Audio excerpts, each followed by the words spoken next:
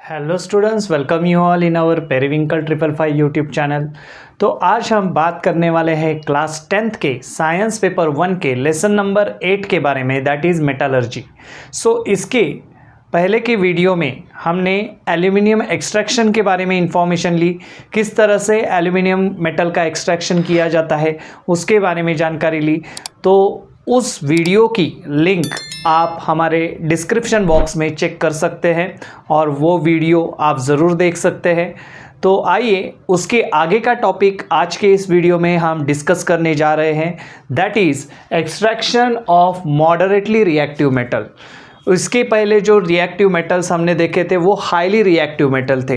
अभी तो इस वीडियो में जो हम बात करेंगे वो हम बात करने वाले हैं extraction of moderately reactive metal. अभी मॉडरेटली रिएक्टिव मेटल कौन से रहते हैं, चलिए देखते हैं। सो पहले तो फर्स्ट बात जो है आपको समझनी है, that is metal in the middle of the reactivity series. उनको हम क्या कहते हैं, मॉडरेटली रिएक्टिव मेटल्स ऐसे कहते हैं। मतलब जो मेटल्स रिएक्टिविटी सीरीज़ के मिडल में है, मिडल पोर्शन में है, तो उन मेटल्स को हम क्या कहते हैं, मॉडरेटली रिएक्टिव मेटल्स कहते हैं। अभी ऐसे कौन से मेटल हैं जो मॉडरेटली रिएक्टिव हैं, तो उसमें आते हैं आयरन आता है, जिंक आता है, लीड आता है एंड कॉपर आता है। तो ये जो मेटल्स है कुछ, तो ये जो है मॉडरेटली रिएक्टिव मेटल्स की कैटेगरी में आते हैं। तो यहाँ पर आप देख सकते हैं they occur in the form of their sulphide salts and carbonates.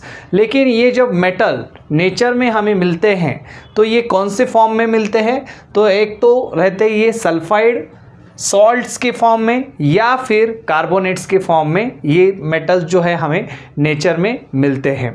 अभी इन मेटल्स से मतलब ये सल्फाइड्स सॉल्ट्स के फॉर्म में है या फिर कार्बोनेट्स फॉर्म में है, तो उनसे हमें मेटल अगर एक्सट्रैक्ट करना है तो हमें क्या करना पड़ेगा। देखिए तो यहाँ पर उन्होंने क्या बताया है, it is easy to obtain metal from their oxides. ये तो मेटल जो है जो हमने यहाँ पर देखे मॉडरेटली रिएक्टिव मेटल, वो जितने भी मेटल हैं वो क्या रहते हैं, सल्फाइड सॉल्ट्स या फिर कार्बोनेट, इन दो फॉर्म में ही क्या रहते हैं, नेचर में प्रेजेंट रहते हैं। लेकिन ये दो फॉर्म जो हैं वो दो फॉर्म ऐसे हैं कि इनसे हमें मेटल जो है अगर एक्सट्रैक्ट करना है या फिर मेटल को अगर मिलाना है तो वो जो है वो प्रोसेस जो है वो बहुत डिफ़िकल्ट हो जाती है। सो इस वजह से यहाँ पर क्या कहा जाता है, it is easy to obtain metal from their oxides rather than the sulphide salts और द कार्बोनेट। सल्फाइड सॉल्ट्स या फिर कार्बोनेट से मेटल ऑब्टेन करने के बजाय हमें ऑक्साइड से मेटल ऑब्टेन करना बहुत ज़्यादा इजी जाता है। सो ये इजी प्रोसेस है ऑक्साइड से मेटल ऑब्टेन करना instead of sulphide salts and carbonates. तो जैसे कि हमने देखा जितने भी मेटल्स है मॉडरेटली रिएक्टिव मेटल्स, वो उनके सल्फाइड सॉल्ट्स या फिर कार्बोनेट्स इन दो ही फॉर्मेट में प्रेजेंट रहते हैं। लेकिन उनसे अगर हमें मेटल ऑब्टेन करना है तो वो डिफ़िकल्ट प्रोसेस है। इसके लिए हम क्या करते हैं, उनको ऑक्साइड में कन्वर्ट करना ज़रूरी है, क्योंकि ऑक्साइड एक ऐसा फॉर्म है जिससे मेटल को एक्सट्रैक्ट करना या फिर जिससे मेटल को ऑब्टेन करना बहुत आसान है। तो इस वजह से यहाँ पर देखिए, therefore the sulphide ores, sulphide जो ओर्स है आर स्ट्रांगली हीटेड, उनको क्या किया जाता है, स्ट्रांगली हीट किया जाता है in the air to transform them into oxides. तो सल्फाइड सोर्स है, उनसे मेटल हमें इजीली नहीं मिल सकता। इस वजह से इन सल्फाइड ओर्स को हम क्या करते हैं, फिर स्ट्रांगली हीट करते हैं इन द प्रेजेंस ऑफ एयर, ताकि वो किस में ट्रांसफॉर्म हो जाए, ऑक्साइड में ट्रांसफॉर्म हो जाए। क्योंकि ऑक्साइड एक ऐसा फॉर्म है जिससे हमें मेटल मिलाना बहुत आसान बन जाता है। सो ऑक्साइड के फॉर्म में जैसे ही वो कन्वर्ट हो जाते हैं, सल्फाइड ओर्स को हम स्ट्रांगली अगर हीट करते हैं इन the presence of heat air and if we transform them into the oxide, then this process is called as a roasting। और उस प्रोसेस को हम क्या कहते हैं, रोस्टिंग ऐसे कहते हैं। तो इसके लिए आपको क्वेश्चन एग्जाम में पूछा जाता है 1 मार्क के लिए डिफाइन करके रोस्टिंग की डेफिनेशन लिखिए। तो रोस्टिंग क्या है, तो whenever the sulfide ores are strongly heated in the air to transform them into the oxide में ट्रांसफॉर्म करने के लिए हम उनको क्या करते हैं, जब हीट करते हैं तब उसे क्या कहा जाता है, उस प्रोसेस को रोस्टिंग ऐसे कहा जाता है। चलिए देखते हैं नेक्स्ट प्रोसेस। नेक्स्ट यहाँ पर जो कार्बोनेट ओर्स हैं, जैसे मैंने कहा 2 ही फॉर्म में ये मॉडरेटली रिएक्टिव मेटल्स जो रहते हैं नेचर में, सो एक तो सल्फाइड सॉल्ट्स के या फिर कार्बोनेट्स के। सो कार्बोनेट्स ओर्स है तो उनको भी वैसे ही हीट किया जाता है, स्ट्रांगली हीटेड, लेकिन यहाँ पर एक चेंज है, that is in the limited supply of air. ये सबसे यहाँ पर एक अलग चीज़ बताई है। जो पहले के यहाँ पर हम क्या करते थे, रोस्टिंग में क्या देखा था, it is heated, strongly heated in the air to transform them into the oxide. लेकिन यहाँ पर क्या है, कार्बोनेट सोर्स को स्ट्रांगली हीट किया जाता है, लेकिन यहाँ पर एक स्पेशल बात क्या है, that is a limited supply of air. Air का सप्लाई उस केस में लिमिटेड रहता है और इस वजह से it get transform into the oxide. Oxide में जब वो ट्रांसफॉर्म होते हैं तो इस प्रोसेस को ही हम क्या कहते हैं, कैल्सिनेशन ऐसे कहते हैं। क्या कहते हैं, कैल्सिनेशन। तो ये दोनों जो डेफिनेशंस है आपको याद रखनी है। एग्जाम के वक्त आपको इसके ऊपर बहुत बार क्वेश्चन पूछा जाता है डिफाइन करके, आइदर आपको रोस्टिंग आता है या फिर कैल्सिनेशन की एक डेफिनेशन तो पूछी जाती है। तो ये जो डेफिनेशन है दोनों, इनमें क्या डिफरेंस है वो आपने देखा कि जैसे इसमें स्ट्रांगली हीट तो किया जाता है in the presence of air, roasting में ऐसा कुछ नहीं। लेकिन कार्बोनेट्स और जब हमें कन्वर्ट करने हैं ऑक्साइड में, तब उनको क्या किया जाता है, लिमिटेड सप्लाई ऑफ एयर में क्या किया जाता है, उनको हीट किया जाता है और इस वजह से वो क्या होते हैं, ऑक्साइड्स में कन्वर्ट हो जाते हैं। और जैसे कि आपको पता है ऑक्साइड जो है ये एक ऐसा फॉर्म है जिससे मेटल को हम इजीली क्या कर सकते हैं, ऑब्टेन कर सकते हैं। तो ये चीज़ हमें यहाँ पर समझनी है। तो चलिए इससे रिलेटेड कुछ जो रिएक्शंस हैं वो अब देखते हैं। तो यहाँ पर हम अब एग्जाम्पल देखेंगे जिंक मेटल के बारे में। जिंक मेटल का रोस्टिंग या फिर कैल्सिनेशन किस तरह से होता है, क्योंकि जिंक भी एक मॉडरेटली रिएक्टिव मेटल है और वो भी इन 2 फॉर्मेट में, जैसे सल्फाइड सॉल्ट्स के फॉर्मेट में, कार्बोनेट्स के फॉर्म में हमें मिलता है। तो उसको पहले ऑक्साइड के फॉर्म में कन्वर्ट करना ज़रूरी है। तो देखिए, और रोस्टिंग के वक्त जैसे आपको पता है यहाँ पर हमने क्या लिया है, zinc sulphide. So zinc sulphide जो है ये, इससे डायरेक्टली हमें क्या जिंक नहीं मिल सकता, तो इसे हमें क्या करना पड़ेगा, पहले ऑक्साइड्स में कन्वर्ट करना पड़ेगा। सो ऑक्साइड्स में कन्वर्ट करने के लिए हमें क्या करना पड़ेगा, उसको हीट करना पड़ेगा in the presence of air. So इस वजह से एयर का जो ऑक्सीजन है इसके साथ मिक्स होके हमें क्या प्रोडक्ट मिलता है, दैट इज जिंक ऑक्साइड मिलता है। अभी इस जिंक ऑक्साइड से हम इजीली क्या कर सकते हैं, जिंक जो है वो मेटल जो है वो अलग कर सकते हैं। तो इस तरह से ये कुछ रिएक्शन है और इसमें जो बाय प्रोडक्ट है दैट इज SO2 गैस जो है वो रिलीज होता है। तो ये रोस्टिंग है, रोस्टिंग की प्रोसेस किसकी, जिंक की।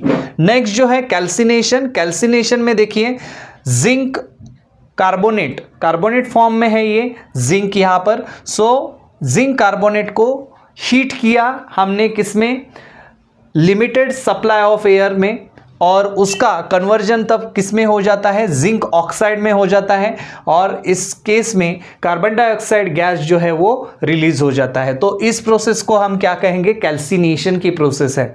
तो यहाँ पर जब ये जिंक ऑक्साइड हमें मिल जाता है तो उसके आगे देखिए, तो the zinc oxide is reduced to zinc by suitable reductant such as carbon. जैसे उन्होंने कहा है ये जिंक ऑक्साइड है, अभी इसमें से हमें कार्बन हटा, जिंक ऑक्साइड जो है उसका क्या करना पड़ेगा, उसका जो है ऑक्सीजन जो है वो निकालना पड़ेगा, तभी जाकर हमें ये सिर्फ मेटल जो है वो जिंक यहाँ पर मिल सकता है।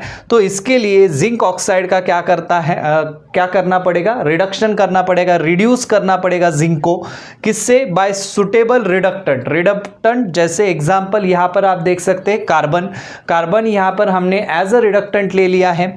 तो ZnO यानी कि जिंक ऑक्साइड प्लस कार्बन, तो हमें यहाँ पर क्या मिलता है, जिंक जो है मेटल अलग हो जाता है एंड कार्बन मोनोऑक्साइड जो गैस है वो रिलीज हो जाता है। तो इस तरह से कुछ हम क्या कर सकते हैं, मॉडरेटली रिएक्टिव मेटल जो है उनसे हम मेटल जो है वो ऑब्टेन कर सकते हैं by using this two method, that is roasting and calcination.